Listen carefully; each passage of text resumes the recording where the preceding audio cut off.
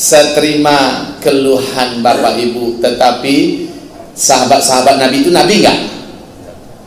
Ayo jawab Bapak Ibu. Sahabat-sahabat Nabi itu Nabi tidak? Kalau begitu mereka dipuji tidak oleh Allah ya? Di surat apa dipuji oleh Allah?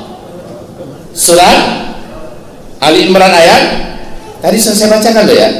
Ayat 110, kuntum khairu ummah. Kamulah umat terbaik. Kan begitu. Kemudian di surat Taubah ayat 100 Allah beritakan kita sampai hari kiamat tiru para sahabat. Jadi karena Rasul kita katakan dia Rasul, nggak mungkin kita meniru beliau. Ayo kita tiru orang yang berhasil meniru beliau. Ada gitu aja Pak kesimpulannya. Tirulah orang yang sudah berhasil meniru Nabi Muhammad SAW. Jadi Pak maaf kalau begitu, lihat lagi papan tulis. Para sahabat itu kita tiru dari mana? Dari sisi mananya dulu? Wahai Bapak Ibu, bagaimana saja dari para sahabat kita tiru, kita sudah berada di jalan yang diajarkan oleh Rasulullah SAW. Ashabi kan nujum, fabi'ayyihim muqtadaitum. Sekalipun ini hadis adalah dhaif, tetapi redaksi ini tidak jauh beda dengan yang ada dalam Al-Quran. Sahabat-sahabatku adalah seperti bintang-bintang di langit. Kamu mau tiru yang mana di antara sahabat-sahabatku, maka kamu sudah ada di atas petunjuk yang benar. Ini sama dengan redaksi Allah surat At-Taubah ayat 100 ya. Ustaz, terlalu banyak dari kehidupan sahabat yang akan kita tiru. Ya kalau begitu tiru semuanya. Para sahabat dalam urusan bisnisnya ditiru, dalam urusan politiknya ditiru, dalam urusan pendidikan anak-anaknya ditiru, dalam urusan seni, budaya, medis, pernikahan, ekonomi, pendidikan dan sebagainya ditiru para sahabat. Apalagi akidah mereka ditiru. Bagaimana akidahnya para sahabat, bagaimana amalan dan ibadahnya para sahabat, bagaimana sahabat memegang erat hukum-hukum Islam, bagaimana para sahabat akhlaknya, tiru para sahabat semuanya. Ustaz, ada nggak starting point kita gitu, dari mana kita meniru para sahabat? Oke, saya singkat saja Pak. Ini kata gurunya Imam Syafi'i ya. Guru Imam Syafi'i mengatakan, jika kamu ingin meniru para sahabat, sebelum kamu meniru semua yang ada pada para sahabat, starting pointnya adalah dari yang 5 ini. Tiru mereka dengan yang pertama. Yang pertama adalah tilawatul Quran. Ini yang pertama. Tilawatul. Yang kedua adalah ittiba'us sunnah. Ittiba'us sunnah. Yang ketiga adalah salatul jamaah. Salatul jamaah. Yang keempat adalah luzumul jamaah. Dan yang kelima adalah al-jihadu. Al-jihadu fi sabilillah. Nah,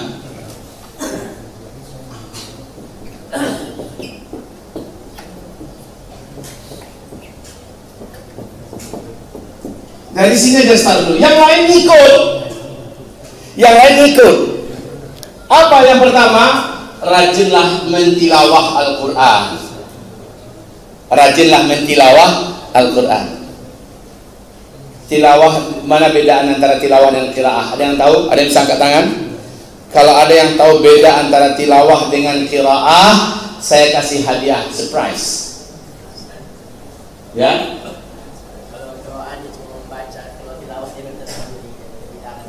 Terus sudah terbenar nilainya sudah 30-40. Nah, lumayan Pak dapat nilai daripada sama. Ya, saya mau nilainya atas 50 aja. Tambah. Tilawahnya dia untuk Al-Quran, sedangkan qiraah bisa tapi kalau tilawah dengan Al-Quran tidak dalam. Gimana Ustaz ya? Masya Allah, namanya siapa? Ansar. Semoga betul menjadi Ansaruddin insyaallah.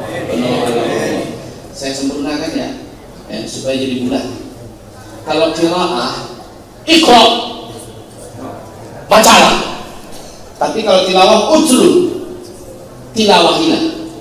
Tilawah itu artinya pertama, mempelajari cara membaca Al-Quran. Yang kedua, mempelajari isi Al-Quran, memahaminya. Yang ketiga, mengimani apa-apa saja yang ada dalam kandungan Al-Quran. Yang keempat, mengamalkan isi Al-Quran tersebut. Yang kelima, mendakwahkan Al-Quran, mengajarkan Al-Quran. Dan yang keenam, istiqomah bersama Al-Quran. Ini tilawah. Oke?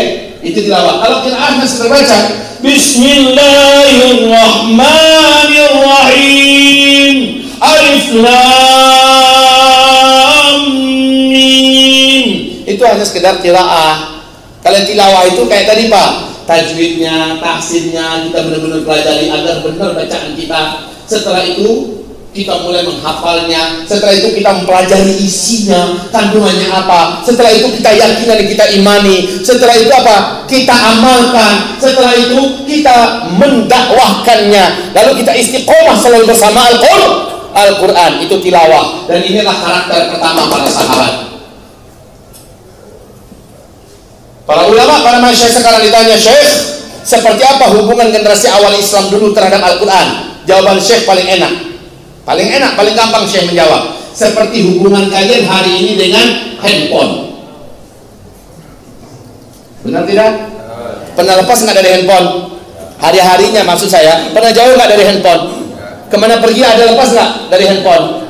Saya sedang belajar sekarang Pak. Saya sedang belajar sekarang lepas-lepas dari handphone. Agak tersiksa saya. Benar. Kalau handphone tinggal di rumah, tinggal di mobil, kadang-kadang sesengaja tinggalkan. Habis itu saya sendiri yang tersiksa. Ya, saya butuh menelpon, siapa tahu ada yang menelpon segala macamnya. Padahal baca Al-Quran, mentadabburi Al-Quran di mana kita berada, kita sedang bersama dengan Allah, dan itu sudah menjadi indah dan nyaman bagi orang yang sudah ada di puncak iman. Kalau kita sekarang, betapa kebutuhan kita pada handphone ini tinggi sekali. Di mana-mana saya lihat hampir tidak ada orang yang tidak punya handphone. Waktu saya baru pulang dari Baitul Maqdis, Idul Adha saya di sana, Masya Allah, sampai di airport Jakarta, satu ruangan waiting room itu semuanya lagi memilih handphone. Hari Jumat Pak, itu jam 11-an, saya mau terbang ke Solo itu, mau apa? Ada jadwal ceramah sana, baru pulang langsung jadwal ceramah. Satu ruangan waiting room, orang tuh di depan handphone semuanya. Pikir hati saya, ya Allah, ini orang sudah pada baca surah Al-Kahfi apa belum ya?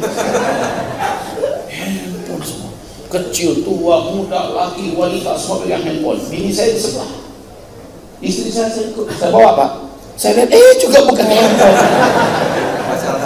Ya, saya lihat, ngapain dia dengan handphonenya? Lagi baca surah Al-Kahfi. Soleha.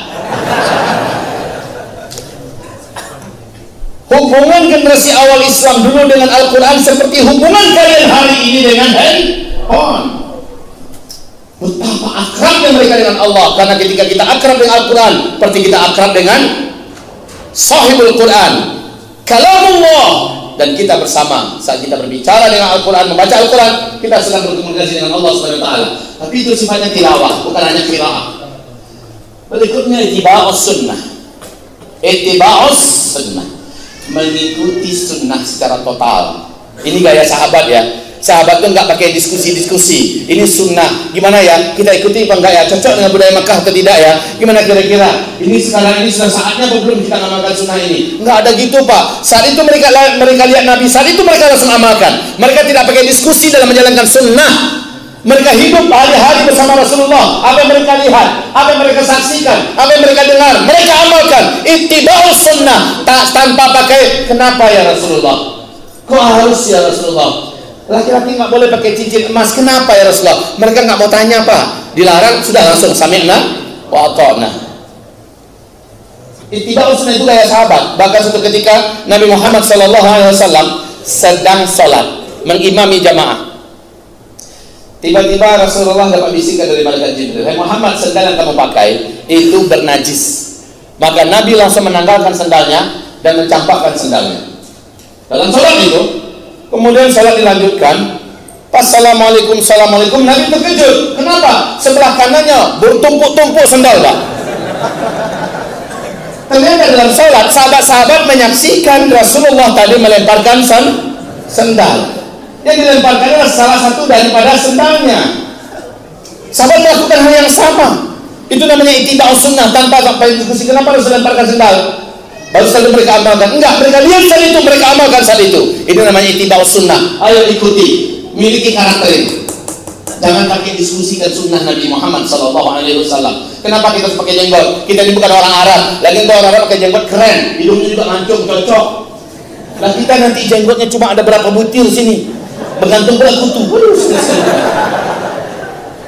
Yang ketiga, ini karakter para sahabat. Salatul jamaah. Seluruh sahabat tidak ada yang tidak melazimi salat berjamaah di masjid. Berjamaah, yang laki-laki loh ya. Wanita diberi pilihan oleh Nabi, silakan di rumah, silakan ke masjid. Kan gitu ya Bu ya. Tapi laki-laki nggak ada cerita masjid. Kita tidak pernah kita kenal ada sejarah di mana sahabat mereka sholatnya di rumah, kecuali sholat sunat. Kalau ada 1-2 sahabat yang sholatnya tidak ketemu di masjid, sahabat itu akan langsung terkenal dengan sebutan yang tak baik dalam sejarah. Si fulan tidak sholat subuh pada waktu subuh langsung terkenal tuh Pak, saking langkanya ada sahabat yang tidak berjamaah ke masjid. Wahai Bapak Ibu yang kami muliakan, khususnya Bapak-bapak nih, ada nggak yang rumahnya jauh dari masjid? Tolong angkat tangan. Yang rumahnya jauh dari masjid, Bapak-bapak nih yang laki-laki. Satu, siapa lagi? Yang rumahnya jauh dari masjid. Bapak jauh Pak, berapa ratus meter Pak? 200 meter. Berapa ratus meter? Hah? Lebih sekilo. Lebih sekilo. Ada motor Pak ya? Oke, yang di belakang tadi? 1 kilo juga? 3 kilo? 1 kilo? Oke, 1 kilo. Berarti 1000 meter. Oke, baik. 200. Antum ketawa, Bang. Antum juga nggak ke masjid. Baik, ayo kita perbandingkan dengan sahabat Nabi yang sudah tua, namanya Ibnu Ummi Maktum. Tubuhnya sudah tambun, semakin bagadoyok badannya, semakin tambun, matanya buta.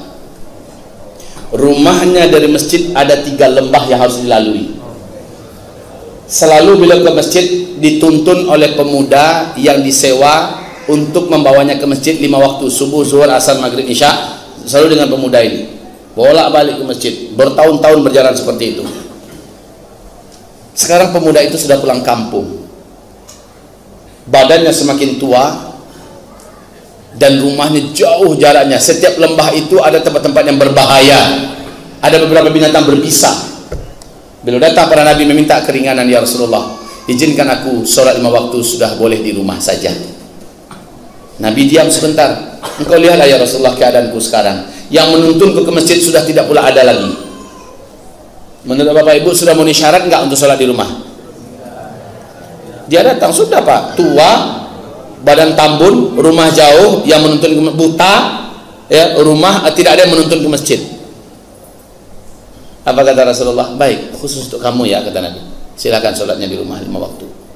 Senanglah dia karena mendapatkan keringanan. Tiba-tiba Nabi mendengarkan ada bisikan dari malaikat.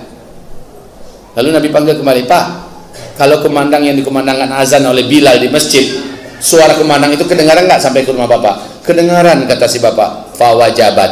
Kalau begitu saya cabut kebolehan tadi, wajib bagi Bapak ke masjid. Buta, tua, tambun, rumahnya jauh dari wajib ke masjid. Sholatul jamaah. Makanya nggak ada laki-laki yang sholatnya itu di rumah kecuali hanya sholat sunnah. Yang namanya laki-laki ke masjid.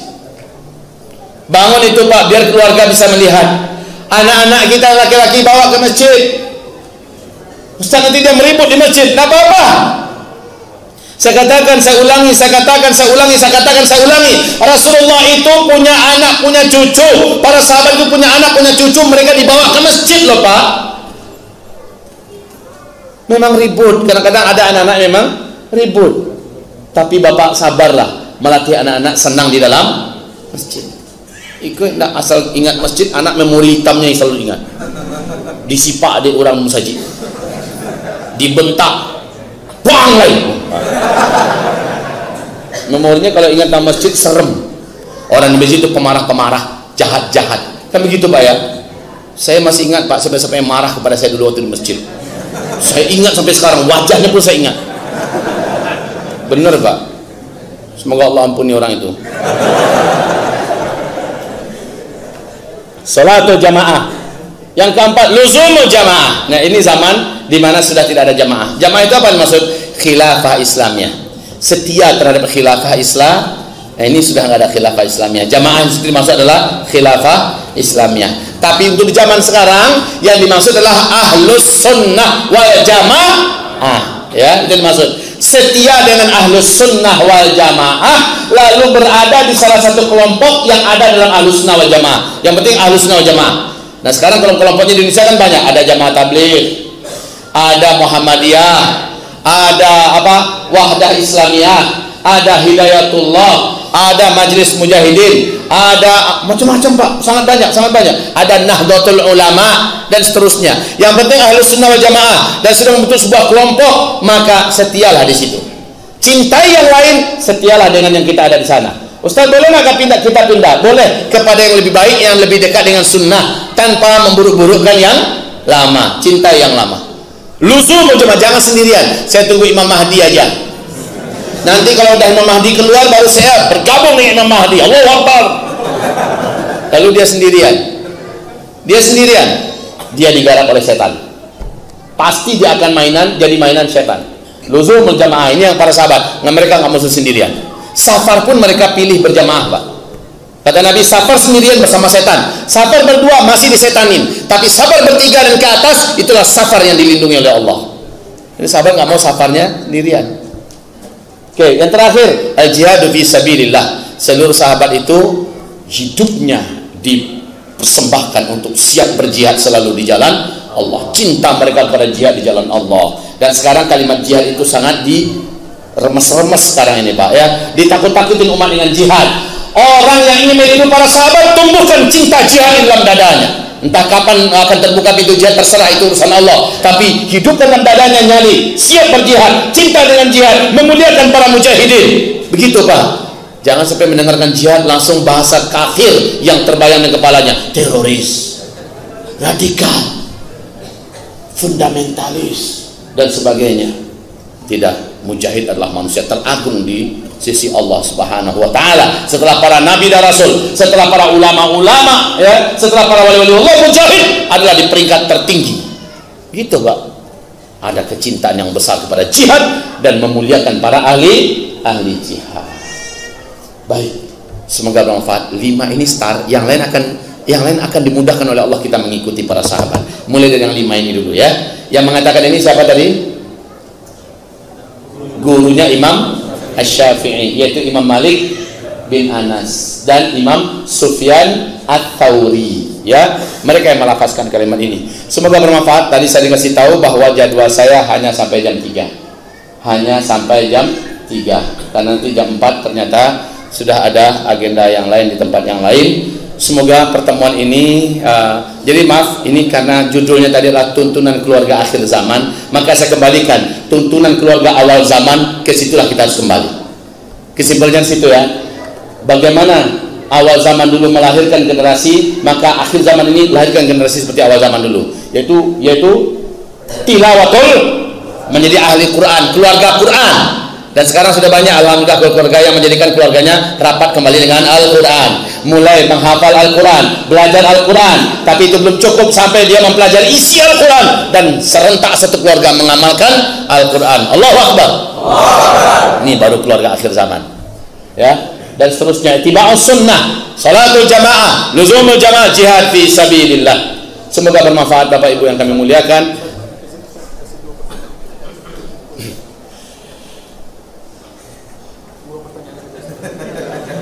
Atas nama pengurus, ya, permintaan pengurus, kasih 2 pertanyaan untuk jemaah. Silakan, 1 bapak, 1 ibu, kalau ada yang mau bertanya. Dari tadi saya ceramah tidak ada di sini tisu. Bismillah.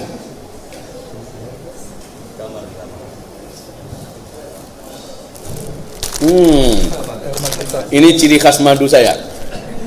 Enak tenan. Untuk bapak yang ingin bertanya bisa tunjuk tangan. Bapak. Alhamdulillah. Ya.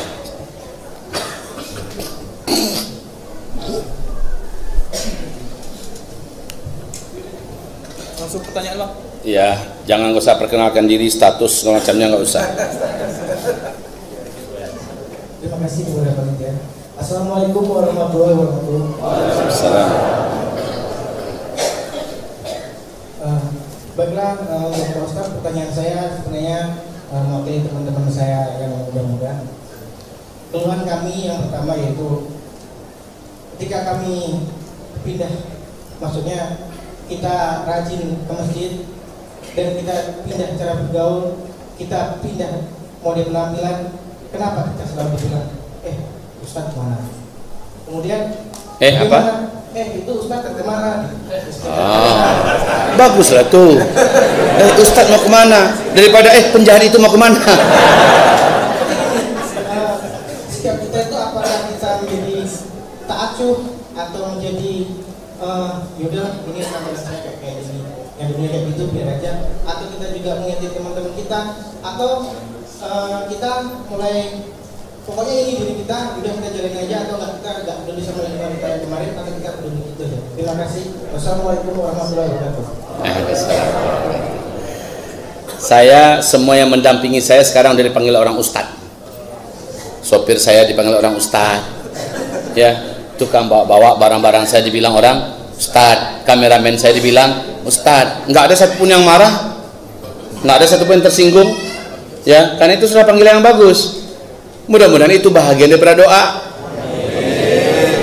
Coba ingat, tidak sedikit yang dulunya adalah murid hanya pendampingi ke sana kemari, ketika gurunya meninggal dialah yang menggantikan. Itu tidak sedikit terjadi. Jadi ketika panggilan-panggilan baik, walaupun tujuan orang itu ngejek, kita tahu tujuan orang itu adalah ngejek, kita aminkan saja. Ustadz mau kemana? Amin, bilang. Ya. So ahli sorga lo, kata orang sama kita. So ahli sorga lo. Amin ya Allah, amin. Diluruskan aja Pak, kalau kata orang dipeluri saja lah pematang tuh. Iyo kan saja langsung. Langsung siap mah, alhamdulillah, amin. Jadi dia capek sendiri. Nah, ciri khas generasi militan di akhir zaman, buka Al-Quran surah Al-Maidah ayat 54. Ciri khas pemuda militan akhir zaman adalah la yakhafuna laumata. Mereka tidak peduli dengan cemeh orang-orang yang suka mencemeh.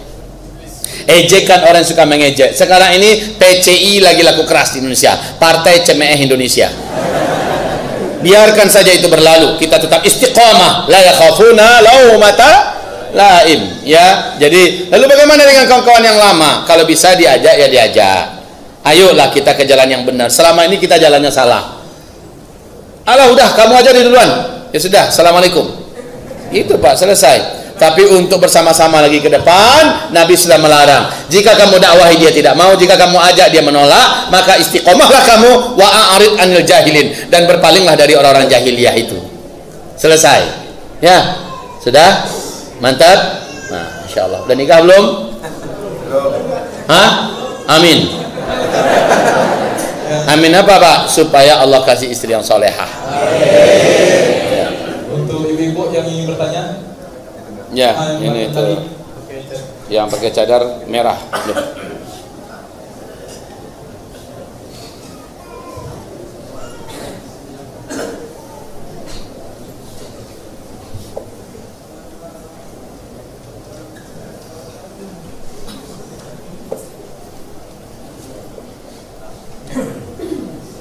Assalamualaikum warahmatullahi wabarakatuh.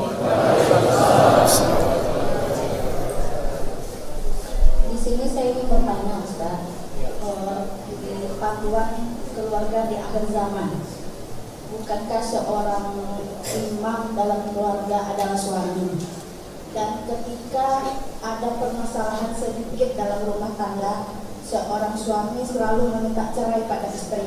Apa hukumnya, dan sampai mana batas istri untuk mendengar kata-kata seperti itu? Syukran, terima kasih. Assalamualaikum warahmatullahi wabarakatuh.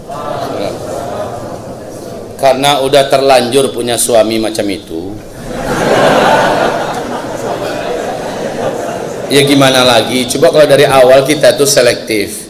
milih suami itu yang berilmu lah, yang berilmu, dia tahu rambu-rambu lah. Ini milih suami pokoknya laki-laki, punya pekerjaan mapan, kan begitu, itu standarnya. Dan akhirnya ada apa-apa di rumah tangga, begitu mudahnya suami berkata, ku cerai kau, ku pulangkan kau sama bapak ibumu, bakiro kau dari rumahku. Begitu mudahnya. Ini zaman memang laki-laki jahiliyah sudah mendominasi kehidupan rumah tangga dalam keadaan kezaliman.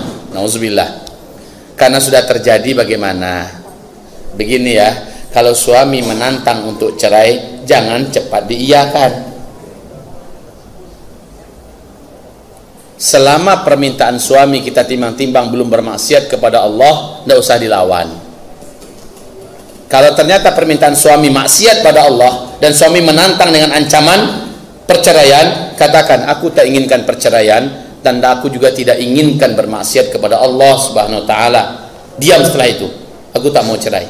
Aku juga tak mau bermaksiat kepada Allah. Permintaan abang adalah maksiat. Dengan muka datar, rendahkan suara, katakan, aku tak ingin perceraian dan aku juga tidak akan bermaksiat kepada Allah. Sekali lagi, mukanya tenang, suaranya datar, direndahkan suaranya, ya. Ku ceraikan kau, jadi. Sama-sama emosi, jadi itu. Jadi nyanyian Nia dan Niati itu nggak usah diputar-putar lagi sekarang. Pulangkan saja, itu nggak usah diputar-putar lagi sekarang. Bagi kita begitu saja, minta pada Allah agar suami diberi Allah hidayah dan tambahan ilmu. Suami minta-minta agar kita pisah, ya kan? Maka jangan pernah diiyakan. Saat suami marah, yang paling baik bagi wanita adalah diam. Bu, ibu, saat suami marah, yang paling baik bagi istri adalah diam. Masalahnya, Bu, ibu itu punya kosakata 20.000 kata per hari. Laki-laki punya kosakata yang dilafazkan sehari paling banyak 6.000 kosakata per hari. Saya khawatir ibu kalau tidak mengendalikan diri, 20.000 itu lepas, Bu. Ini yang menjadikan suami akhirnya tidak mampu mengendalikan diri karena kosakatanya tak sebanyak ibu punya. Untuk dilafazkan setiap hari, akhirnya suami berkata dengan kata-kata final, kita berpisah. Suami jahil, dan kejahilan suami itu kita pancing dengan ketidakmampuan kita mengendalikan lisan kita. Ini, Bu, yang paling kita khawatirkan. Jadi ketika suami marah, solusi yang terbaik bagaimana, Bu? Diam, diam, diam. Kalau dia minta, bicaralah, kenapa kamu diam saja? Maka katakan kepadanya, aku tak ingin berpisah darimu, Bang. Dan aku juga tidak ingin bermaksiat kepada Allah. Dah selesai. Rajinlah kepada Allah, mendoakan suami semoga dia dapat hidayah, mendapatkan tambahan ilmu. Amin ya rabbal alamin. Jangan berpikir untuk diganti Allah suami yang lain. Sudah selesai? Kita berdoa sekarang. Baik. Allahumma salli wa sallim ala hadzal nabiyil karim wa ala alihi wa sahbihi ajma'in wa man tabi'ahu bi ihsanin ila yaumiddin. Allahumma ighfir lil muslimina wal muslimat wal mu'minina wal mu'minat al ahya'i minhum wal amwat bi rahmatika ya sami'un qaribun mujibud da'wat. Rabbana zalamna anfusana wa in lam taghfir lana wa tarhamna lanakunanna minal khasirin. Rabbana la tuzigh qulubana ba'da idh hadaytana wa hab lana min ladunka rahmatan innaka antal wahhab. Rabbana faghfir lana dhunubana wa israfana fi amrina wa thabbit aqdamana wansurna 'alal qaumil kafirin. Rabbana falakal hamdu kama yanbaghi li jalali wajhika wa 'azimi sultanik.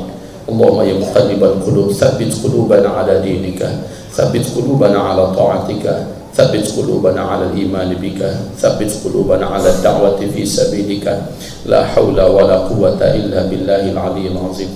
Ya Allah, wahai Rabb yang kami sembah, berilah hidayah kepada kami ya Allah. Berilah hidayah kepada istri-istri kami, berilah hidayah kepada putra-putri kami ya Allah. Berilah hidayah kepada keluarga kami. Jadikan kami adalah keluarga-keluarga yang jauh dari dosa dan maksiat, benci dengan dosa dan maksiat, serta akrab dan dekat denganmu ya Allah dan dengan agama ini. Ya Allah, hidupkan kami senantiasa hanya untuk menegakkan agamamu ya Allah dan menjalankan ibadah kepadamu. Jangan Engkau hidupkan kami ya Allah hanya untuk menegakkan dunia kami dan memenuhi kepentingan nafsu dan syahwat kami ya Allah. Ya Rabb, jadikanlah kiblat kami adalah akhirat. Jadikanlah kiblat hidup kami adalah akhirat. Jadikanlah kiblat hidup kami adalah akhirat. Orientasi tertinggi kami adalah Engkau ya Allah, ridhomu, cintamu ya Allah. Ampuni dosa-dosa kami yang pernah kami buat. Ampuni seluruh dosa-dosa yang pernah kami lakukan. Ampunkanlah kami ini ya Allah, sehina, seburuk, sebusuk apapun kami di masa lalu kami, ampuni kami ya Allah. Ya Allah, di hari Jumat yang suci ini kami memohon kepadamu, kuatkanlah hati kami di atas agama ini ya Allah. Istiqomahkan kami ya Allah ketika kami hijrah. Ya Allah, jangan kami terbias dan terjejas kembali oleh kepalsuan dan kehinaan. Jadikan kami benci ya Allah kepada perbuatan lama yang kami pernah ada di sana, sebagaimana benci dan jijiknya kami dijadikan sebagai ahli neraka-Mu. Ya Allah, ya Rahman, ya Rahim, berilah kami akhir hayat yang husnul khatimah. Berikanlah kami akhir kalimat la ilaha illallah. Berikanlah kepada kami ya Allah surga firdaus-Mu. Lindungi kami dari api neraka jahanam-Mu ya Allah. Ya Rabb kami, kabulkanlah doa kami, kabulkanlah doa kami, kabulkanlah doa kami. Ya Allah ya Arhamar Rahimin, ya Allah ya Mujibas Sa'ilin, ya Allah ya Qadiyal Hajat, ya Rafi'ad Darajat, ya Sami'ad Da'wat, wa taqabbal minna ya Rabbal Karim ya Arhamar Rahimin. Rabbana atina fid dunya hasanah wa fil akhirati hasanah wa qina adzaban nar. Subhana rabbika rabbil izzati amma yasifun, wassalamun alal mursalin, walhamdulillahi rabbil alamin. Allahumma amin, Allahumma amin.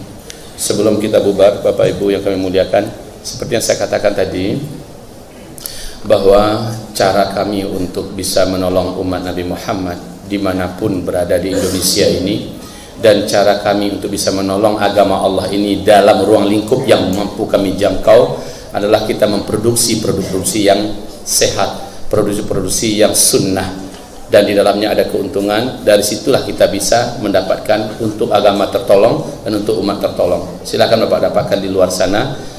Kesturi ini juga adalah biang atau bibit asli yang kita datangkan dari India, juga sudah saya ruqyah. Kalau kesturi adalah parfum kesukaannya Rasulullah, ketika dia sudah diruqyah, maka fungsinya bukan hanya saja sebagai parfum, sekaligus sebagai pengusir pengganggu-pengganggu gaib yang ada. Jika ada di dalam tubuh kita, tinggal dioleskan beberapa inti-inti saraf kita, ya, ubun-ubun di belakang telinga, di dua urat nadi kita, kemudian di lubang telinga bila mendengarkan bisikan yang tak baik, atau mata bisa melihat penampakan, kemudian di lubang pusar kita, ya, saya membacakan doa kepada Allah Subhanahu wa taala, semoga Allah enyahkan. Jika diganggu adalah rumah, tinggal teteskan saja, rumah, kantor, gudang, toko dan sebagainya. Teteskan saja 7 tetes ke dalam ember yang ada airnya, diaduk kemudian percikan dengan sambil mengusir. Kamu makhluk jahat, keluar dari ruangan saya. Allah akan usir itu semua dengan izin Allah Subhanahu wa taala.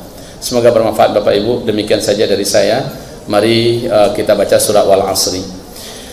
أعوذ بالله من الشيطان الرجيم بسم الله الرحمن الرحيم والعصر إن الإنسان لفي إلا الذين آمنوا وعملوا الصالحات وتواصوا بالحق وتواصوا بالصبر اللهم ارحمنا بالقرآن وصدق الله العظيم.